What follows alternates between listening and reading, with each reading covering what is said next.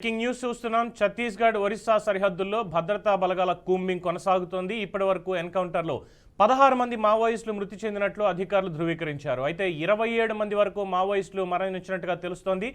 గరియాబంద్, నౌపాడాలో 1000 మంది జవాన్లు డ్రోన్ కెమెరాలతో అడవిని జల్లెడపడుతున్నారు. ఎన్కౌంటర్ తర్వాత పారిపోయిన మావోయిస్టుల కోసం కూంబింగ్ నిర్వహిస్తున్నట్లుగా సమాచారం తెలుస్తోంది.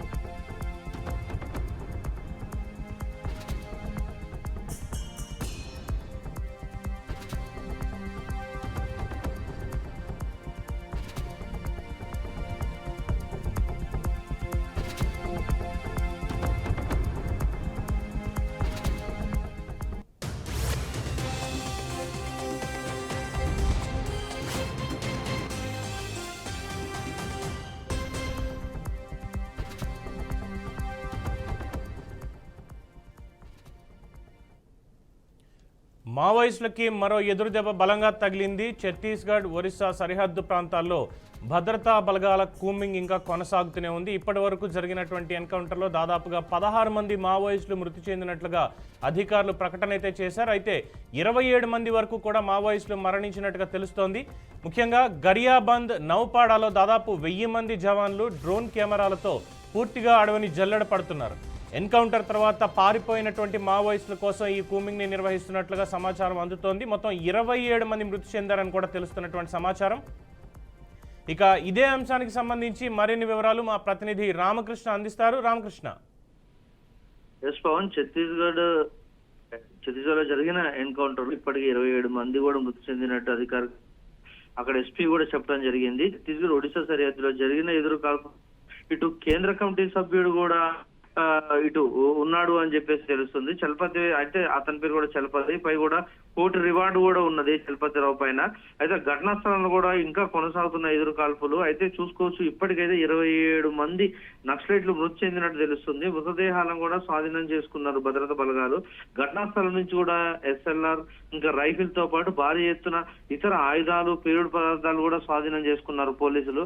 మృతుల్లో కూడా సీనియర్ క్యాడర్ కు చెందిన నక్సల్స్ కూడా ఉన్నట్టు కూడా తెలుస్తుంది. అయితే ఈ నెల 19 నుంచి 2 రాష్ట్రాల బలగాలు కూడా ఉమ్మడి ఆపరేషన్ కూడా చేయడం జరిగింది. అంటే అక్కడ ఈ గరియాబాంద్, ఈ ఛత్తీస్గఢ్, ఈ సరిహద్దు ప్రాంతాలలో కూడా మావోయిస్టులు సంచరిస్తున్నారని ఒక సమాచారంతో కూడా పెద్ద ఎత్తున పోలీస్ బలగాలు సుమారుగా 1500 పైగా కూడా CRPF, DRGF ఇంకా లోకల్ పోలీసులు కూడా మొత్తం అటవీ ప్రాంతాన్ని జల్లెడబడుతున్న పరిస్థితి నెలకొన్నది. దీంతో అయితే ఇటు మావోలు ఎదురుపట్టడంతో కూడా ఇటు పోలీసులు ఇటు అంతేకాకుండా DRG, CRPF జవాన్లు కూడా కాల్పులకు కూడా తీయడం జరిగింది. దీంతో అనేక మంది నక్సలైట్లు కూడా మృతి చెందారు. ఇంకా గాయాలతో కూడా కొంతమంది తప్పించుకున్నారని చెప్పేసి 1500 మంది పోలీసులు కూడా ఇంకా జల్లెడబడుతున్న పరిస్థితి అయితే నెలకొంది అటవీ ప్రాంతాల్లో. ఇటు ఛత్తీస్గఢ్ కంచుకొట్టుకున్న మావోయిస్టుల ప్రాంతంలో మొత్తం దండకార్యాన్ని చుట్టుముట్టి మొత్తం దళాలు కూడా మొత్తం